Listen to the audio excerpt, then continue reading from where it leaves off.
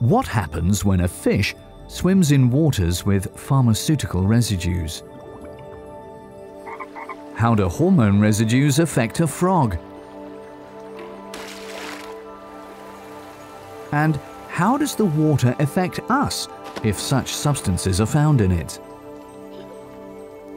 Good question, because nobody really knows for sure. And yet, if we don't do anything about it, there'll be tens of thousands of such so-called micropollutants in our waters. Micropollutants are dissolved in the water. This means that the substances are in molecule size in the water. Over 40,000 different substances enter our wastewater every day. Although there are only the smallest amounts of impurities present, the resulting effects on the environment cannot be estimated. Micropollutants are a challenge for wastewater treatment plants because they cannot be broken down by their mechanical and biological treatment stages.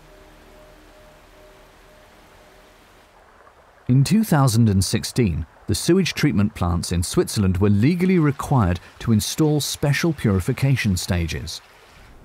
For our Schönau, this was also the starting point for the planning and constructing of a so-called fourth purification stage.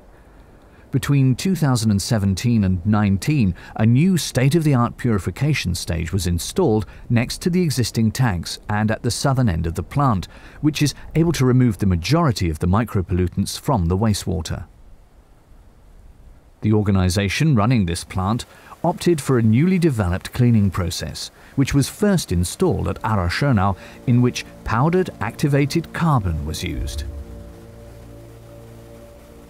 Activated carbon and a so-called precipitant are added to the wastewater in liquid form. In the first step, some of the micropollutants bind to the porous grains of the activated carbon powder.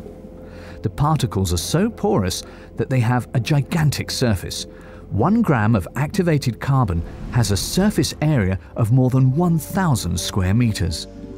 Then, in the second step, the added precipitant in the contact tank ensures that the powdered activated carbon, together with micropollutants, clump into flakes.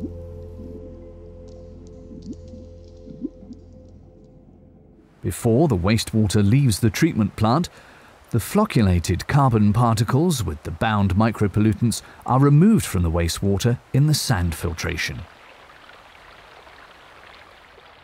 During this process, the water runs through 2 layers of differently fine sand. All remaining particles are thereby filtered out. If the sand filtration is saturated, it is rinsed, and the used activated carbon is fed back into the biological tank, where it finally ends up in the digester together with the excess sludge. With the fourth stage, our Schönau is able to remove at least 80% of the microcontaminants from the water. The almost completely purified water flows into the River Lorze. The wastewater leaving the Schönau is one of the cleanest in the world. And that is in the interest of our environment and in the interest of us all.